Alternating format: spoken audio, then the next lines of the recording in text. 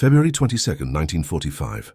Dawn broke over Iwo Jima like a furnace lid cracking open. The air shimmered with volcanic heat, carrying the acrid stench of sulfur and cordite. From the shattered slopes of Mount Suribachi, Japanese defenders peered through observation slits blackened by soot. For days, they had endured the thunder of American naval guns, 8-inch shells that pulverized the island's crust, collapsing tunnels and vaporizing men in flashes of white light. Yet the mountain still stood, honeycombed with concrete and steel. Lieutenant Hiroshi Takahashi of the 312th Independent Infantry Battalion pressed his ear to the bunker wall, feeling the earth tremble again, not from shells this time, but from something heavier, more deliberate. Tank treads. Across the beach, coated in ash and churned sand, M4A3 Shermans of the 4th Marine Division advanced in grim silence. Each bore scorch marks from earlier days' combat. Many had already been repaired in the field, using scrap from wrecked hulls. One tank lagged slightly behind, its turret fixed forward, the 75mm gun still. The Marines inside called it the Ronson, but today it carried a far more sinister title, the POA-CWS H-1 Flamethrower tank, nicknamed the Zippo. Instead of a cannon shell, its heart pumped thick, jellied gasoline through pressurized lines, ready to unleash a stream of flame nearly 40 yards long.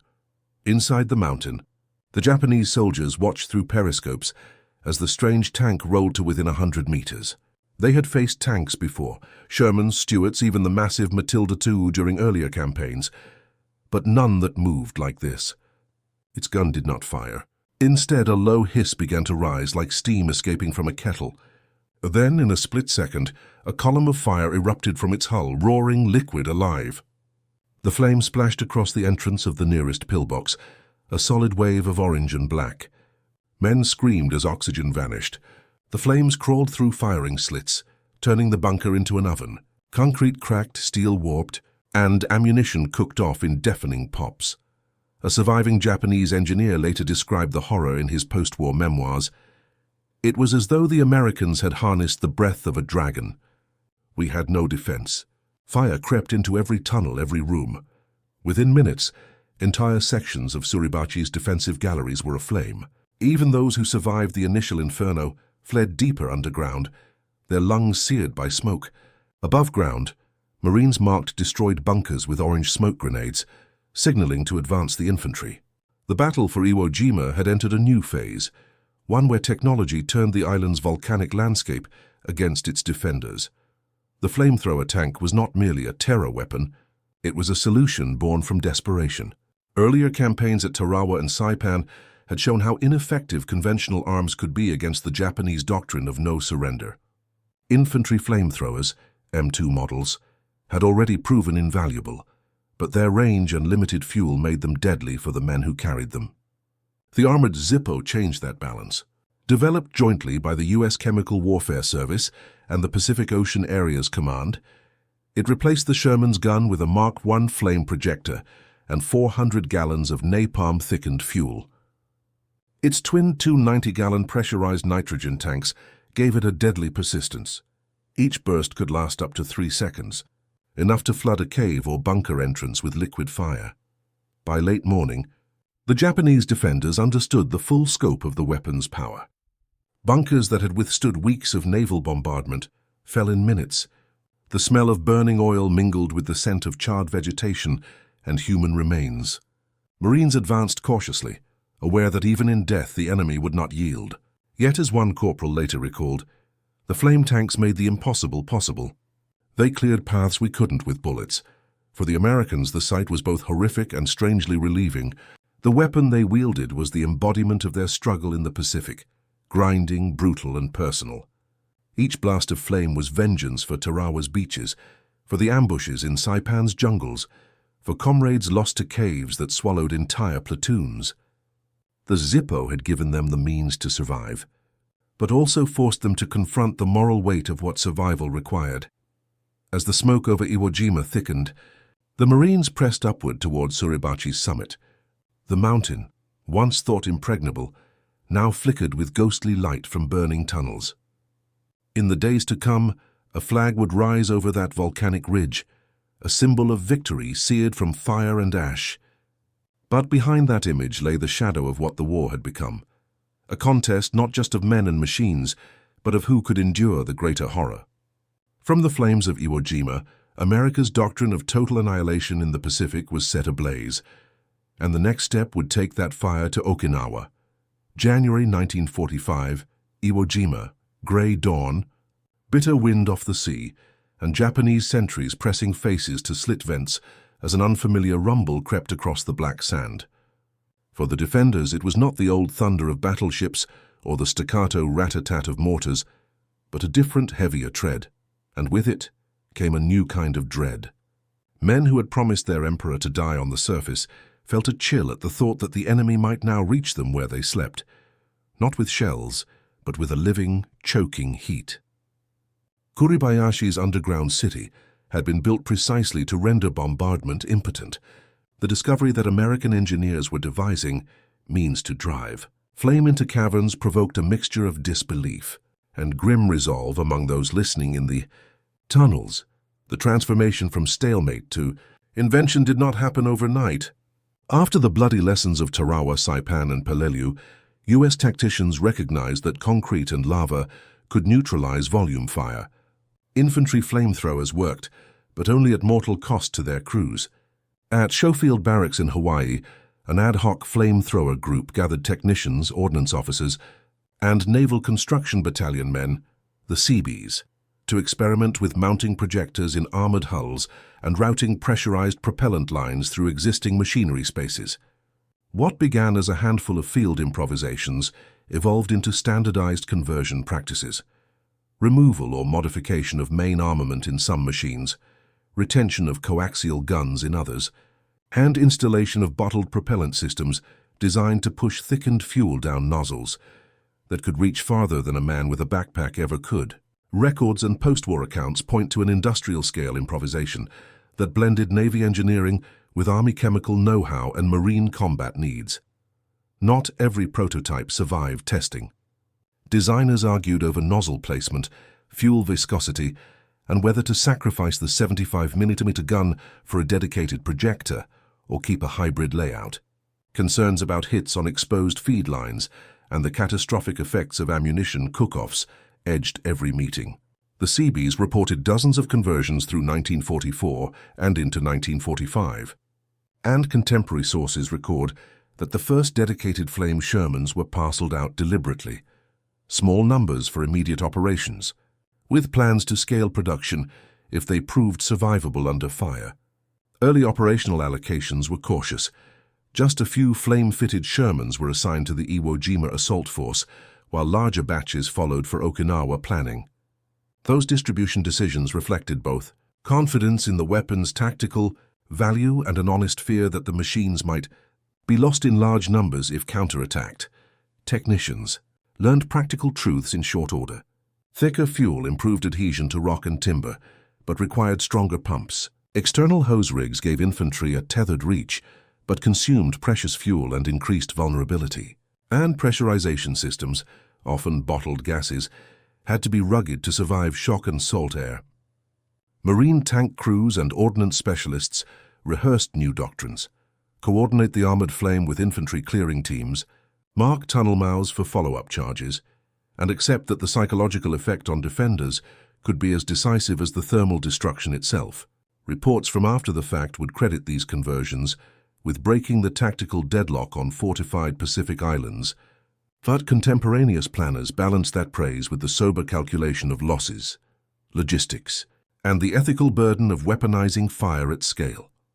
By the time the first converted machines rolled toward beachheads, engineers had moved beyond experiments and into mass lessons learned. Which variants to send forward, how to brief crews to reduce accidental detonations, and how to integrate flame armor into assaults already planned around infantry and naval gunfire.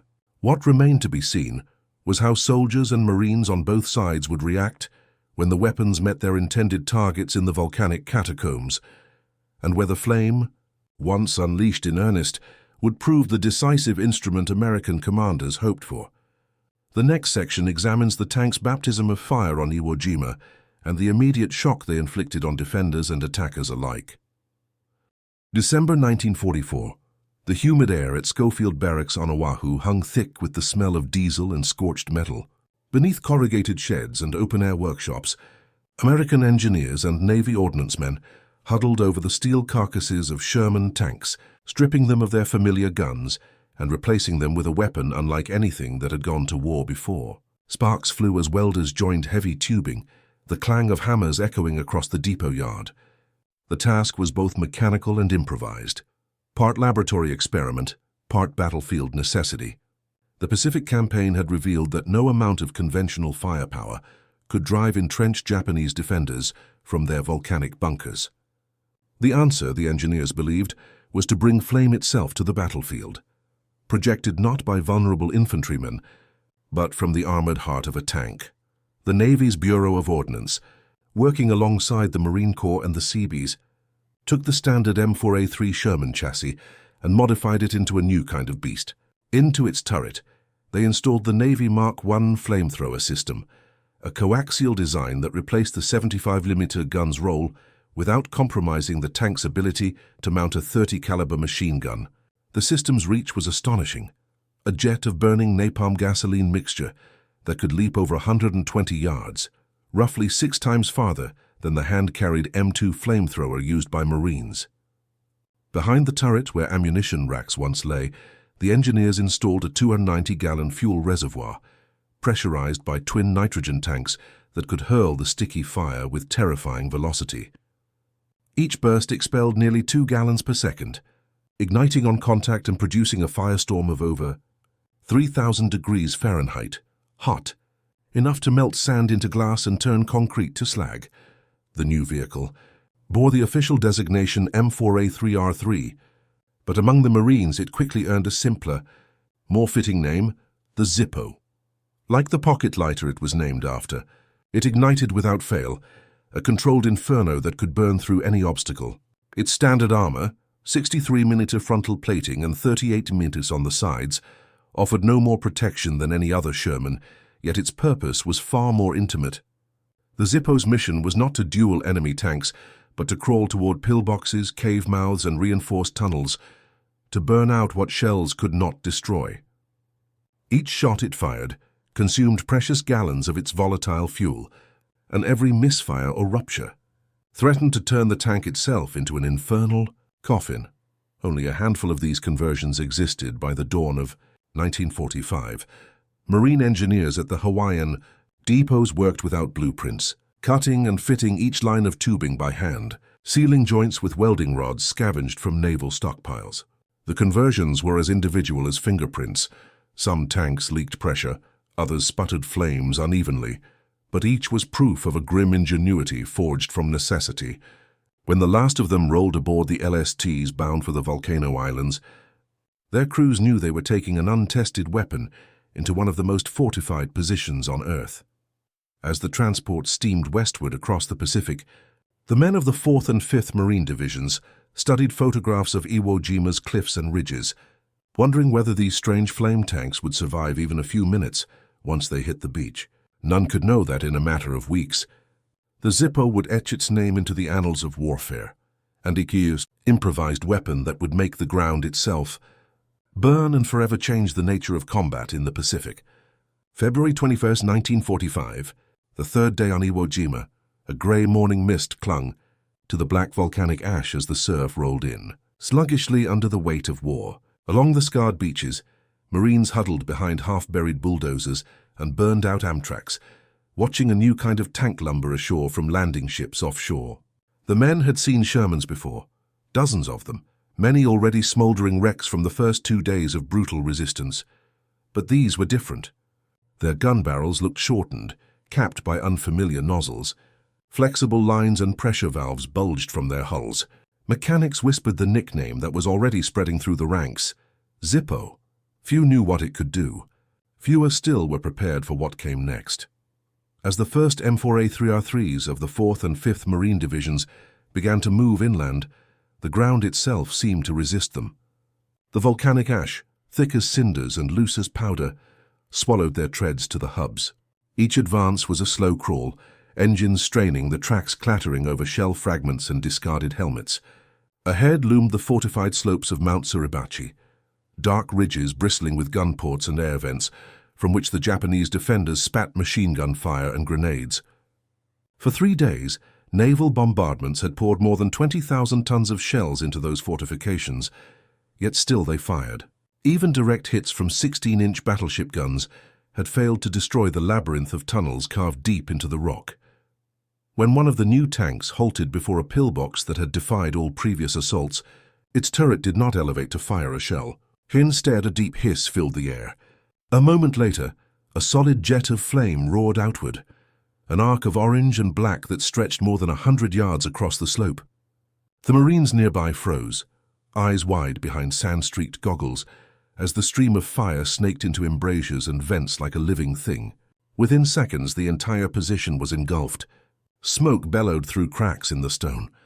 Then came a dull concussion as ammunition ignited below ground.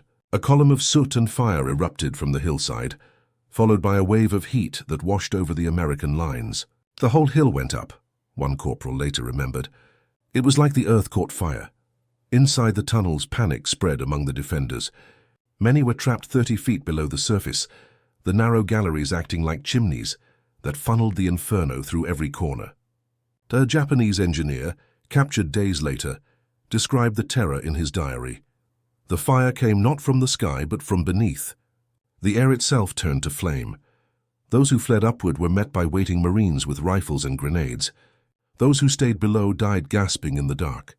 Company after company reported the same result. Positions that had resisted artillery and bombs for days were neutralized in seconds. A single burst from a Zippo could silence a bunker, clear a cave, and scatter defenders who had been trained to fight to the last breath. They feared nothing but that tank, one Marine sergeant later said. The Japanese quickly learned to concentrate fire on the flamethrower Shermans, using 47mm anti-tank guns hidden among rocks or even suicide charges aimed at the hulls. But the Zippo's frontal armor, up to 63mm thick, often endured several hits long enough for its crew to return fire, bathing gun nests in liquid fire. By February 25th, the M4A3R3s had proven their worth beyond question. In less than 4 days of operation, they cleared multiple sectors that conventional weapons had failed to penetrate in weeks. Intelligence officers noted that Japanese radio traffic referred to the tanks as Hono no Kuruma, the car of flame. For the Marines slogging up the ashen slopes, the Zippos became both savior and symbol, a weapon that could end the stalemate, but at the cost of turning the battlefield into a vision of hell. Yet even amid victory, unease settled over the American lines. Watching the infernos they had unleashed, some Marines admitted that the sight haunted them more than the enemy's bullets. The war in the Pacific had already been brutal, but Iwo Jima revealed something new, a warfare not only of steel and gunfire, but of fear and annihilation, where terror itself became the most effective weapon. The lessons learned in those burning tunnels would soon travel west, toward the next island in the chain, Okinawa, where the flames would rise higher still. February 23, 1945, inside the volcanic heart of Iwo Jima, the temperature rose without warning. In a network of tunnels beneath Hill 362A, Japanese soldiers of the 145th Infantry Regiment huddled in the dark, their uniforms soaked with condensation from the suffocating heat. The smell of sulfur mingled with oil, sweat, and the acrid sting of burnt metal that drifted through the air shafts. Then came a low, unnatural roar, the kind of sound that made men freeze before they understood it. Within seconds, the walls glowed faintly red as a stream of liquid fire poured through the ventilation slit. Air vanished in an instant. Men screamed as flames clung to their skin, their rifles turning molten in their hands. Those in adjacent chambers could hear the horror. Spreading through the tunnels, a living fire devouring everything it touched, survivors who later spoke from captivity described the experience as a storm of heat that ate the air. They had heard of American flamethrowers before, but never one that could reach this deep underground. Some believed it was poison gas or a new chemical weapon. Communications officers tried to make sense of the chaos, their voices trembling over field radios. Fire from tanks, fire that flows. One report recorded at 1420 hours referred to liquid fire entering the strongpoints. Panic spread faster than the flame itself. Officers ordered men to seal the tunnels, to douse rags in water and block the vents, but it was futile. The napalm seeped through every crack, and the very air ignited. General Tadamichi Kuribayashi, still coordinating from his central command post, received these frantic reports with grim disbelief. His entire defense plan had been built on the invincibility of the underground network, a fortress beneath the earth, immune to bombardment. Now that Sanctuary was being turned into a crematorium, units that had fought to the last cartridge on the surface now fell silent without firing a shot. Some men, unable to face the suffocating agony of flame, chose to end their lives with grenades. Others simply vanished, their remains indistinguishable from the charred walls of their tunnels. American observers, reading intercepted transmissions, realized they had shattered something deeper than concrete. The enemy was no longer just retreating, they were breaking. Prisoners taken from the ruins of Motoyama airfield and the northern ridges confessed their terror. One said he feared the tank that spits fire more than the giant naval shells that shook the island day and night. Intelligence officers filed reports noting a severe psychological collapse among Japanese units directly exposed to flamethrower attacks. The enemy had been trained to meet death stoically, but no discipline could withstand the horror of burning alive. Even as the Imperial Command in Tokyo broadcast messages of defiance, dismissing stories of fire tanks as American propaganda, morale across the island collapsed. Every survivor who escaped a burning bunker carried the same message to his comrades. No bunker was safe, no wall was thick enough. Fear spread faster than the flame, paralyzing soldiers before the tanks even appeared. Kuribayashi, desperate to maintain cohesion, ordered troop redeployments away from zones where the M4A3R3s operated, further fracturing his defenses. By the final week of February, the outcome was no longer in doubt. The Americans had found a weapon that did more than destroy fortifications. It consumed courage itself. For those who fought and died inside Iwo Jima's tunnels, the memory of that fire would never fade. And for the men still waiting on Okinawa, listening to rumors from the south, the name Zippo tank became a warning of what was coming. The war in the Pacific had entered a new phase, one where terror was as decisive as steel. March 1945, at Schofield Barracks and the surrounding CB depots, crews labored in shifts beneath bare bulbs, transforming standard Shermans into machines purpose-built to project flame. The conversion was painstaking and manpower-intensive. Each tank required roughly 1,200 man-hours to strip turret components, route armored feed lines through mantlets, weld reinforced mounting points, install pumps and control valves, and fabricate nozzles capable of sustained projection. Teams of welders, machinists, and ordnance sergeants worked side by side, trialing fittings and pressure tolerances until the assemblies survived shock tests and sea spray. Supply and chemistry proved as decisive as metalwork.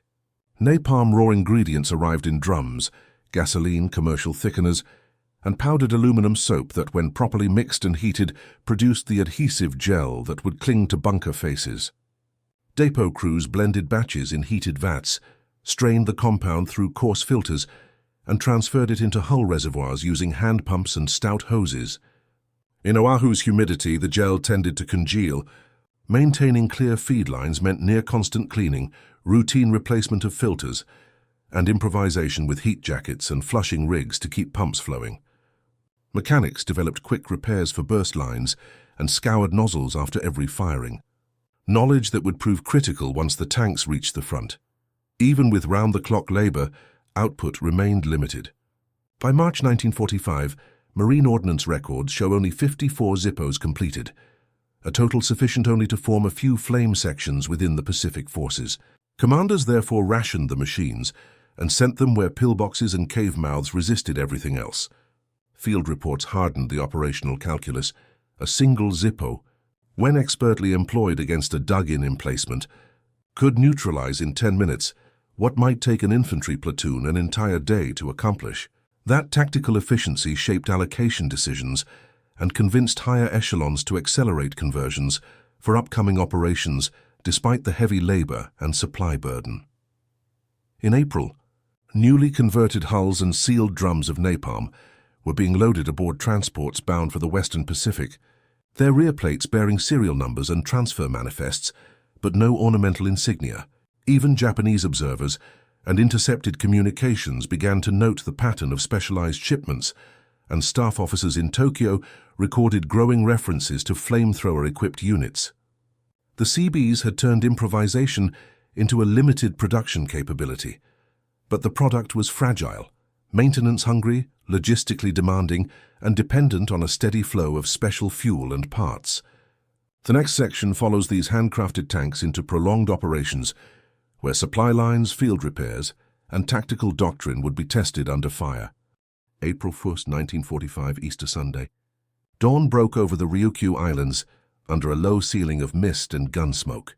The sea off Okinawa was alive with movement, LSTs, landing craft, and destroyers stretching to the horizon in grey, heaving ranks. As the first waves of Marines and Army troops surged ashore, the air throbbed with the thunder of naval guns firing inland. Yet the beaches were eerily quiet. There was no wall of fire, no immediate resistance. General Mitsuru Ushijima's 32nd Army had withdrawn into the interior, trading coastline for concrete and stone. Beneath the hills and sugarcane fields lay a labyrinth more complex than anything seen on Iwo Jima. Fortified tunnels, interconnected caves, and bunkers carved deep into limestone. It was into this silence that the first M4A3R3 flame tanks rolled ashore, their olive-drab hulls streaked with salt and volcanic dust, the smell of machine oil and napalm lingering around their fuel tanks. Within days, the quiet gave way to one of the most brutal ground battles of the Pacific. Heavy spring rains swept the island, turning rice paddies into swamps and ridgelines into rivers of mud. Infantrymen slipped and crawled through the muck, while tanks struggled for traction on soaked slopes. The M4A3R3s, Zippos, moved in low gear, their tracks biting into clay, their flame nozzles capped and sealed until the moment of attack. When they reached the forward lines of the 6th Marine Division in the north and the 1st Marine Division in the south, the battle's character changed. Where artillery and small arms faltered against the Shuri Line's defenses, the Zippos became the Americans' key to progress. At Kakazu Ridge, the terrain rose in jagged, overlapping hills honeycombed with caves. Here the Japanese had positioned anti-tank guns and machine nests that had already decimated earlier assaults. As the Marines regrouped, one flame tank advanced under covering smoke, its engine straining against the incline. When it halted, the silence lasted only seconds. Then came the low hiss of ignition, followed by a violent roar as a 120-yard arc of flame spewed from its turret, engulfing the ridge's slope. Napalm streamed into cave mouths and trench openings, igniting air vents and rolling back in glowing waves. Witnesses reported the fire's color shifting from orange to white, then black smoke, as trapped oxygen burned away. Within minutes, 8 defensive positions were gone. The destruction went far beyond the physical. Japanese survivors later described the horror of the flames entering from unseen angles, consuming entire cave systems in seconds. Diaries recovered from Ushijima's staff officers spoke of fire weapons that erase positions and men alike. Even those who escaped the flames emerged blinded, gasping, or burned beyond recognition. Commanders soon forbade soldiers from occupying forward caves, ordering them to retreat deeper underground rather than face the tanks directly. The effect was catastrophic for Japanese morale. On the southern front, intelligence reports noted that resistance collapsed wherever the Zippos operated, leaving positions abandoned or destroyed without sustained fighting. Despite constant rain, the napalm continued to burn. The mixture clung to whetstone and vegetation, refusing to die even as sheets of water fell from the skies. Flame tanks worked in tandem with bulldozers, sealing tunnels after each strike to trap the inferno inside. Japanese artillery and suicide squads made desperate attempts to destroy the Zippos. But the tank's armor, though not invulnerable, endured long enough to unleash fire before withdrawing behind infantry screens. By late May, American commanders regarded them as indispensable assault assets, and enemy diaries confirmed their dreaded reputation. Flame tanks inflicted the greatest destruction upon our positions, one entry read. By June 1945, Okinawa was unrecognizable. The ridges were blackened, the coral soil fused into glassy crusts, and the stench of burned fuel and flesh hung in the humid air. Of Ushijima's original 100,000 troops, The vast majority were dead or missing, many entombed within the melted ruins of their own fortifications. For the Americans, victory had come at staggering cost, but the lesson was undeniable. Fire, not steel alone, could break the will of a determined enemy. As Okinawa fell, strategists turned their gaze northward. Japan's home islands awaited, and so did the question of whether flame could still conquer fear when used on an even greater scale. Among the Marines who fought through the volcanic ash of Iwo Jima and the rain-soaked ridges of Okinawa, the arrival of a Zippo on the line was met with something close to reverence. To men who had crawled toward bunkers under intersecting machine gun fire, the sight of a flame tank's low silhouette brought a surge of relief that bordered on awe. Platoons that once measured success in feet gained now watched impregnable positions vanish in minutes, consumed by a torrent of fire and smoke. Reports from company commanders noted spontaneous cheers when a Zippo lumbered into view, its nozzle swinging toward an enemy pillbox. One after-action account recorded that wherever a flame tank appeared, the men fought harder and stood taller. In a campaign defined by attrition and fear, the weapon's psychological effect was undeniable. Yet beneath the jubilation ran a darker current, one of unease and quiet revulsion. The same Marines who celebrated the tank's arrival would later speak in halting tones about what they witnessed. The smell of burning napalm clung to their uniforms, seeping into rations and tents. The memory of charred bunkers lingered long after the guns fell silent. Some Marines avoided looking at the aftermath entirely, turning their eyes away from the blackened caves that hours before had echoed with gunfire and voices. Letters home described the tank's work as terrible but necessary, a phrase repeated so often it became almost ritual. Combat psychologists attached to the Pacific divisions began noting a distinct pattern. Soldiers expressed both relief and guilt. Relief that they no longer had to charge fortified positions, and guilt over what the weapon did to human beings. Official reports described the flamethrower's use as a necessary evil, acknowledging its strategic value, but warning of its emotional toll. In debriefings, Marines admitted they had come to see Japanese defenders less as soldiers and more as targets to be erased by fire. The act of burning another man alive, though carried out at range, eroded the boundaries between necessity and annihilation. Still, the morale effect was impossible to ignore. Commanders across multiple divisions documented that casualty rates among attacking units dropped sharply whenever flame tanks supported the advance. At Kakazu Ridge, one regiment recorded a 40% reduction in losses compared to previous assaults. "The men believe in them," one battalion report concluded, "and that belief wins battles." For those who had spent months buried in mud and fear, the Zippo offered a strange kind of salvation, an instrument of horror that restored hope. But hope and horror were now intertwined. The Zippo had become more than a weapon. It was a symbol of a new kind of warfare, one that blurred the line between victory and vengeance. To the Marines, it was both savior and reminder, a machine that embodied the extremes of human ingenuity and destruction.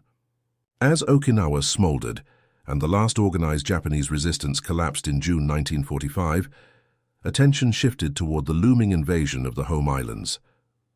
The question was no longer whether America could win, but how far it would go, and what new fires it was prepared to unleash to end the war once and for all. By the summer of 1945, as the fires of Okinawa cooled and the Pacific's tides carried away the wreckage of war, the lessons learned from the Zippo were codified into doctrine. The flamethrower tank was no longer a battlefield experiment. It was a cornerstone of American assault strategy. For 3 years, island warfare had been defined by attrition. Infantry advancing yard by yard under artillery cover, men dying by the hundreds for every bunker breached. Now commanders understood that a single flame tank could achieve what hours of bombardment and blood could not. Reports from the 10th Army's engineering branches circulated through Marine and Navy headquarters, detailing the astonishing results. The M4A3R3, they wrote, had eliminated the tactical advantage of underground defense. Where once Japanese strongholds demanded days of siege, the coordinated flame and seal tactic, torch first, bulldoze after, ended resistance in minutes. By July, the method was being refined into formal operating procedure. A Zippo led the assault, saturating entrances and ventilation shafts with napalm, while accompanying bulldozers followed close behind, sealing the still-burning caves with tons of earth and stone. Smoke, heat, and silence marked the aftermath. Engineers logged casualty reductions of up to 70% in cave-clearing operations compared to infantry-only tactics. The impact rippled upward through command. General Holland Smith, the architect of the Marine Amphibious Assault Doctrine, noted that flame armor has redefined the pace of the Pacific War. The psychological equation had inverted, where once the Japanese found safety underground, now those same tunnels became traps. Their greatest defense had become their grave. No other weapon combined physical devastation with such paralyzing terror. Even air power, mass bombing, rockets, and napalm dropped from above, lacked the visceral shock of a tank's liquid flame erupting at ground level. Japanese prisoners described the dread of fire that hunted us, moving with the same inevitability as fate. Intelligence summaries from Okinawa confirmed that defenders often abandoned entire ridges when they saw flame tanks approaching, even when ammunition and supplies remained plentiful. The weapon did not merely destroy, it unmade the will to fight. In Washington, these results transformed planning for the next and final phase of the war. Operation Downfall, the projected invasion of Japan, called for thousands of amphibious vehicles, and among them, flame tanks received top priority. Production orders expanded, and training manuals were rewritten to include armored flame tactics for both beachheads and urban combat. Officers imagined the harbors of Kyushu and Honshu crawling with Zippos, clearing bunkers and city ruins with the same ruthless efficiency seen on Iwo Jima and Okinawa. The scale envisioned was staggering, an entire generation of soldiers prepared to carry fire onto the Japanese mainland.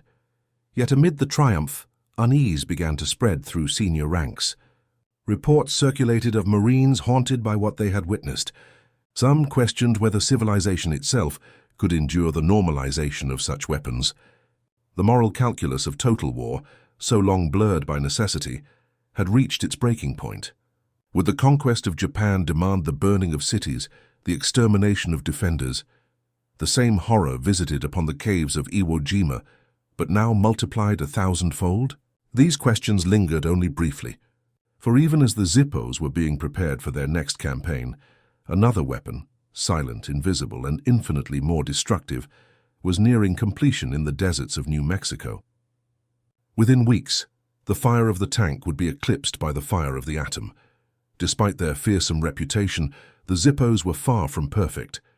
Beneath their armor lay fragile plumbing, vulnerable to napalm clogs, valve leaks, and pressure failures that could silence a tank in the middle of battle.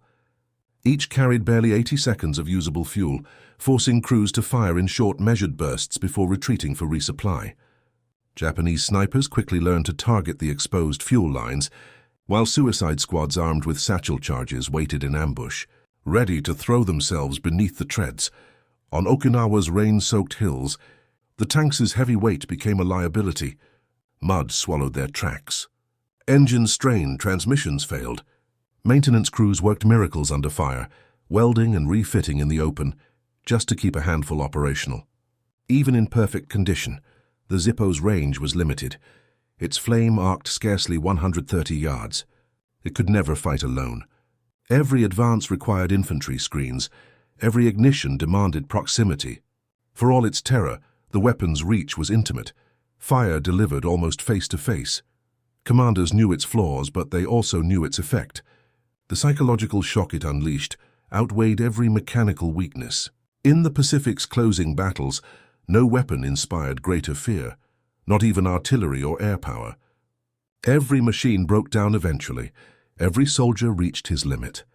But the fear left by the Zippo, the memory of that sudden living fire, endured. And when its flame finally dimmed, its legacy burned on, shaping how nations would imagine power, destruction, and the terrifying intimacy of modern war.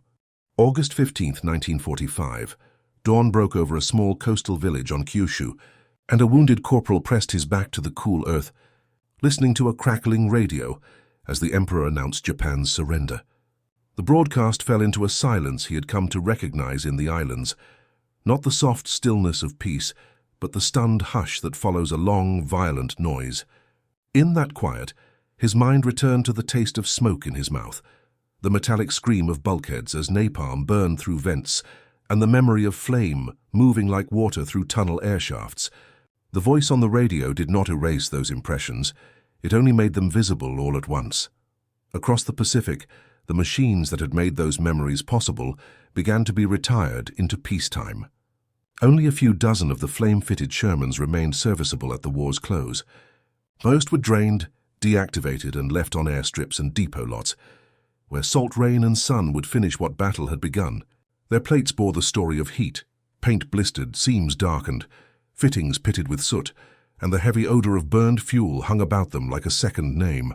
Where combat had forced improvisation into function, the end of hostilities turned those same. Hand-built conversions into artifacts of an era abruptly closed. Post-war technical reviews did not let the concept die. Navy and Marine Ordnance officers catalogued performance and recommended concrete refinements, stronger seals on feed lines, hardened pressurization systems, and purpose-designed carriers that would shape experiments and platforms into the early Cold War. Engineers and designers borrowed lessons from those depot modifications in the late 1940s and 1950s, even as they acknowledged a harder truth. Successors might improve reliability or range, but none would carry exactly the same psychological imprint that the original flame tanks had. Carved into men's memories on volcanic slopes and coral ridges, the human ledger was quieter and harder to reconcile than any after-action report. Veterans on both sides kept inventories of gratitude and shame. Many American Marines remembered the relief when a Zippo arrived at the line and the uneasy silence that followed its work, while Japanese survivors described tunnels that forever smelled of smoke and comrades who simply vanished into heat and ash. Some former crewmen would later call it the tank that made men disappear, a blunt phrase that captured both tactical efficacy and moral weight. For historians and ethicists, the Zippo became a test case. How necessity, invention, and terror can combine to solve tactical problems while leaving wounds beyond repair. The flame itself faded from arsenals, but its shadow shaped memory and debate. In the next section, we turn from machines and doctrine to testimony, examining veterans' accounts, Japanese post-war recollections, and the contested moral conversations that followed in the wake of mechanized fire.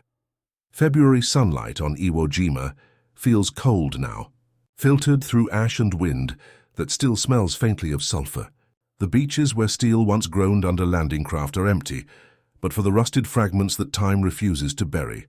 Above them, the volcanic ridges lie pitted and silent, their tunnels sealed beneath decades of shifting stone.